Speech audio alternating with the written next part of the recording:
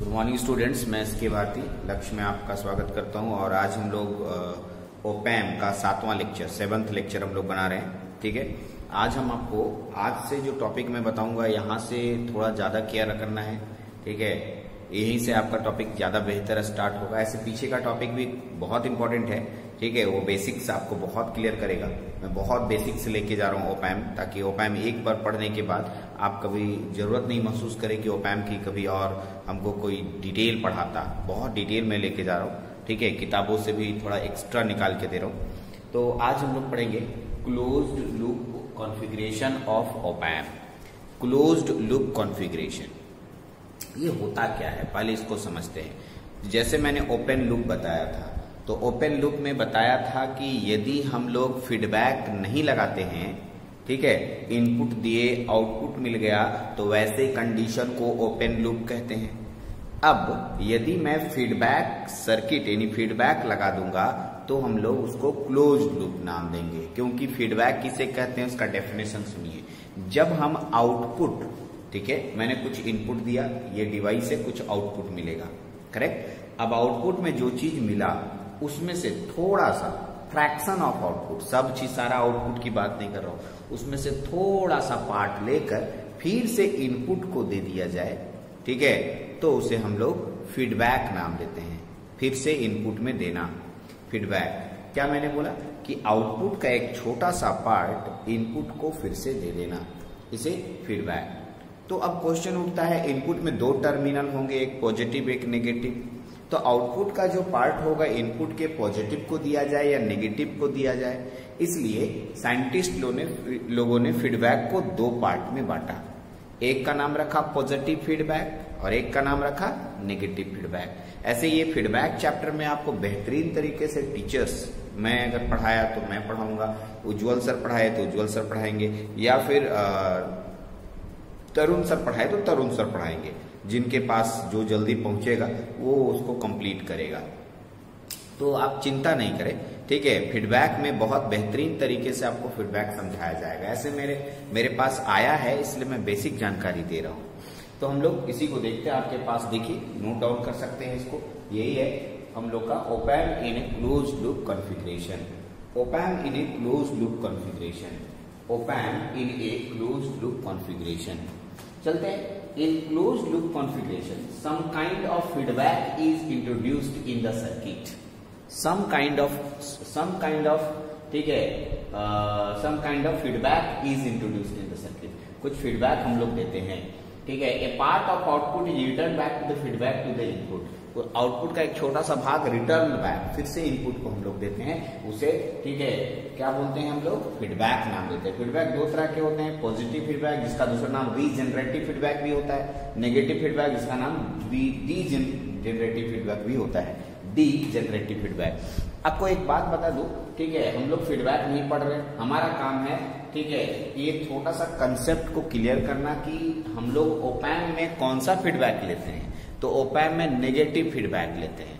तो उसमें आ गया, क्योंकि फीडबैक आप पढ़े या नहीं पढ़े, तो मैं थोड़ा सा पीछे जाकर के समझा रहा हूं कि फीडबैक होता क्या है। तो आइए, पॉजिटिव फीडबैक या किसे कहते हैं, जब आप इनपुट में कोई सिग्नल देंगे और आउटपुट का सिग्नल इनपुट को मिलेगा, आउटपुट का जैसा सिग्नल होगा वही सिग्नल इनपुट का भी होगा। यानी देखिए, इनपुट 0 से स्टार्ट है, ये भी 0 से स्टार्ट है, ठीक है। आप देख रहे होंगे एकदम सेम एक ही जैसा दिखाई दे रहा है, दोनों में कोई फेज शिफ्टिंग नहीं है। जैसा इनपुट वैसा आउटपुट, या जैसा आउटपुट वैसा इनपुट, वैसे, ठीक है, वैसे फीडबैक को, आउटपुट में दिए गए सिग्नल को हम लोग पॉजिटिव फीडबैक कहते हैं। बीच में और भी पार्ट लगा सकते हैं, वो उसका सर्किट का पार्ट है। ये एक प्रकार का सर्किट हुआ, किसी भी चीज का सर्किट हो सकता है, ऑसिलेटर का सर्किट हो सकता है, स्मिथ ट्रिगर का सर्किट हो सकता है, या और किसी का भी सर्किट हो सकता है, ठीक है। तो इसमें कोई भी फेज शिफ्टिंग नहीं होता है, यही ध्यान रखना है, ठीक है। तो इसमें मैंने बताया कि पॉजिटिव फीडबैक जनरली ऑसिलेटर में बहुत ज्यादा यूज होता है।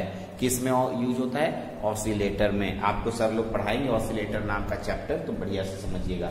दूसरा, स्मिथ ट्रिगर नाम के डिवाइस में भी पॉजिटिव फीडबैक यूज करते हैं। तो सर नेगेटिव फीडबैक कहाँ यूज करते हो? जितना भी टाइप का एम्पलीफायर आप देखते हैं, एम्पलीफायर जहां भी एम्पलीफायर की बात आया जाए, उसमें पूछा जाए कि कौन सा फीडबैक है, तो आप एकदम बेझिझक बोलिए कि नहीं सर इसमें तो नेगेटिव फीडबैक ही होगा। ठीक है, ओके। तो आते हैं इन द सिग्नल फीडबैक, ठीक है, in the signal feedback to input and original input signal are 180 degree out of phase, यानी ये जो सिग्नल दिए, देखिए ये नीचे हो गया, ठीक है, यानी ये और ये दोनों में नीचे और ऊपर का अंतर आ गया है, 180 डिग्री आउट ऑफ फेज हो गया।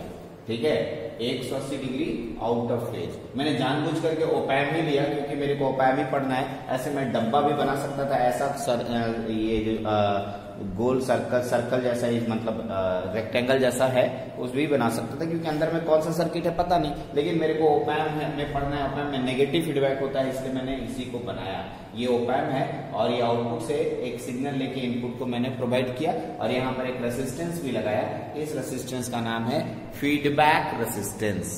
ये सर्किट आपकी मर्जी है, लगाइए नहीं लगाइए, ठीक है। फीडबैक रेसिस्टेंस, आरएफ को हम लोग क्या नाम देते हैं? Feedback resistance. तो इनपुट आउटपुट सिग्नल और इनपुट सिग्नल एक दूसरे से कैसा होगा?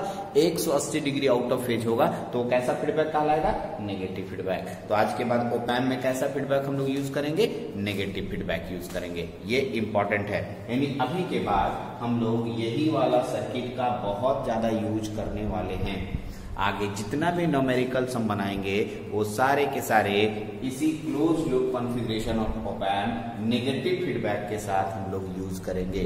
ठीक है, तो यहां तक मैंने आपको बताना चाहा कि ओपैम में कैसा फीडबैक यूज करते हैं, तो नेगेटिव फीडबैक यूज करते हैं।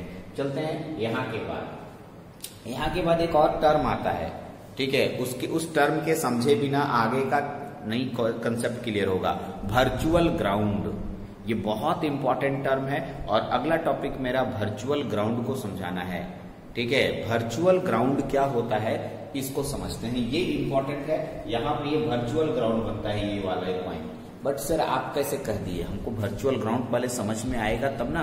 तो हम लोग पहले अब पढ़ने जा रहे हैं वर्चुअल ग्राउंड, और ये वर्चुअल ग्राउंड क्लियर हो जाएगा तो आप बहुत सारे न्यूमेरिकल्स, ओपैम का न्यूमेरिकल्स अपने आप बनाने लग जाएंगे। ठीक है, तो इतना को नोट डाउन कर लीजिए, मैं आगे बढ़ता हूं वर्चुअल ग्राउंड की तरफ। तो हम लोग अब वर्चुअल ग्राउंड के बारे में समझते हैं। वर्चुअल ग्राउंड ये इंपॉर्टेंट है, थोड़ा सा इसलिए इंपॉर्टेंट है क्योंकि इसका यूज हम लोग आगे इसी चैप्टर के हर टॉपिक में करेंगे, हर न्यूमेरिकल में करेंगे, इसलिए वर्चुअल ग्राउंड को बढ़िया से समझिए। यहीं से शुरू होता है ये वर्चुअल ग्राउंड। अगर क्लियर हो गया तो जितने भी न्यूमेरिकल्स आगे या आगे का मैं टॉपिक बताऊंगा वो एकदम क्लियर हो जाएगा, आपको कहीं कोई दिक्कत नहीं होगी। वर्चुअल ग्राउंड क्या होता है? वर्चुअल काल्पनिक बोलते हैं इसको। ग्राउंड जहां पर पोटेंशियल जीरो होता है, ध्यान रखना है, ग्राउंड का मतलब जहां पोटेंशियल जीरो होगा उसको ग्राउंड बोलेंगे। जनरली जहां आप ग्राउंड मानते हैं वहां पोटेंशियल जीरो होता है, और यहाँ हम यूज किए वर्चुअल ग्राउंड का। इसका मतलब एक्चुअली में वो ग्राउंड दिखता नहीं है नहीं। ग्राउंड जहां दिखता है वो तो ग्राउंड हो गया। ठीक है, आप 3 या 4 लाइन बड़े छोटे से धीरे धीरे डिक्रीजिंग ऑर्डर में जो लाइन बनाते हैं इस तरीके से, उसको आप ग्राउंड इंडिकेट करते हैं, ये ग्राउंड। बट ऐसा ग्राउंड दिख नहीं रहा है, ऐसा दिखता तब तो हम इसको ग्राउंड बोलते, रियल ग्राउंड बोलते। ये ग्राउंड है, यहाँ वोल्टेज जीरो होगा, पोटेंशियल जीरो होगा, लेकिन कभी कभी किसी पर्टिकुलर पॉइंट पे पोटेंशियल जीरो है लेकिन वहां पर उस तरह का सिंबल नहीं बना होने के कारण हम लोग उसको नाम देते हैं वर्चुअल ग्राउंड, काल्पनिक ग्राउंड। ठीक है, सिर्फ माना जाता है कि यहाँ पर पोटेंशियल जीरो होगा। देखिए अब कहाँ होता है वर्चुअल ग्राउंड, वो देखिए। तो सबसे पहले ओपैम को जानिए, ये ओपैम आइडियल ओपैम है। कैसा ओपैम? आइडियल। मैंने सबसे पहला लाइन यही लिखा है कि जो भी चीजें मैं पढ़ा रहा हूँ सारा का सारा आइडियल केस के लिए बता रहा हूँ, तो आइडियल है। और इस आइडियल ओपैम के अंदर इनफाइनाइट इनपुट रेसिस्टेंस होता है। इनपुट रेसिस्टेंस का मान इनफाइनाइट होता है, इनपुट रेसिस्टेंस का मान इनफाइनाइट होता है। ठीक है, आप बोलिए सर ये कहाँ आया, तो आप जस्ट पीछे का वीडियो जाके देखिए, तो आपको इनफाइनाइट कैसे होता है वो मैं इनफाइनाइट होता है वो मैं बताया हूँ कैरेक्टरिस्टिक ऑफ ओपैम में। तो RI का मान इनफाइनाइट हो गया। अब बताइए इनफाइनाइट रेसिस्टेंस अगर हुआ, इसका मतलब इनफाइनाइट रेसिस्टेंस क्या होता है? इंसुलेटर को कहते हैं जनरली, इंसुलेटर के पास रेसिस्टेंस बहुत ज्यादा होता है, तो क्या वो करंट फ्लो करता है इस रास्ते से? इनफाइनाइट रेसिस्टेंस होने के कारण करंट फ्लो नहीं करेगा। इस रास्ते से इधर कनेक्टेड है, इधर भी करंट नहीं जाएगा, और इस रास्ते से कोई करंट आएगा वो इधर नहीं जाएगा, यानी इधर से भी कोई करंट आएगा तो इधर जीरो हो जाएगा, और इधर से भी कोई करंट आएगा तो जीरो हो गया। इसका मतलब ऐसे समझिए ना, अगर आपके पास कोई इस तरह का सर्किट है और इधर कोई सप्लाई अगर आप दे देते हैं ऐसे, तो इधर से तो करंट जाता, वही करंट इधर आता, जो करंट यहाँ जाता वही करंट इधर आता कि नहीं आता। लेकिन यदि ये रेजिस्टेंस बहुत ज्यादा इनफाइनाइट रख दिया जाए, बहुत ज्यादा रख दिया जाए, तो करंट तो इसमें से जाएगा नहीं, सारा का सारा एक तरह से मान सकते हैं कि सर्किट खत्म नहीं होगा, एक तरह का शॉर्ट निर्माण हो जाएगा इन दोनों के बीच में। ठीक है, एक शॉर्ट का यहाँ पर कंसेप्ट आने लगता है, इसको शॉर्ट कहते हैं, क्योंकि इसका पोटेंशियल जीरो, यहाँ पर करंट नहीं जाएगा तो I गुना R, जिसको वोल्टेज ड्रॉप कहते हैं, वो क्या हो जाएगा, जीरो।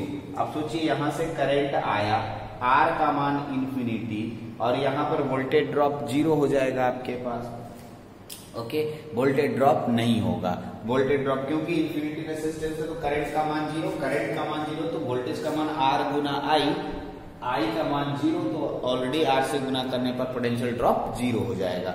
ठीक है, वोल्टेज ड्रॉप जीरो। तो साइंटिस्ट लोग का क्या कहना है, सुनिए, यदि ये यहाँ पर पोटेंशियल जीरो है तो हम क्यों ना इसको शॉर्ट सर्किट के रूप में छोटा सा एक कंसेप्ट बना दे, ऐसे डॉटेड लाइन से बनाते हैं। ये डॉटेड लाइन से मैंने इसको जोड़ दिया।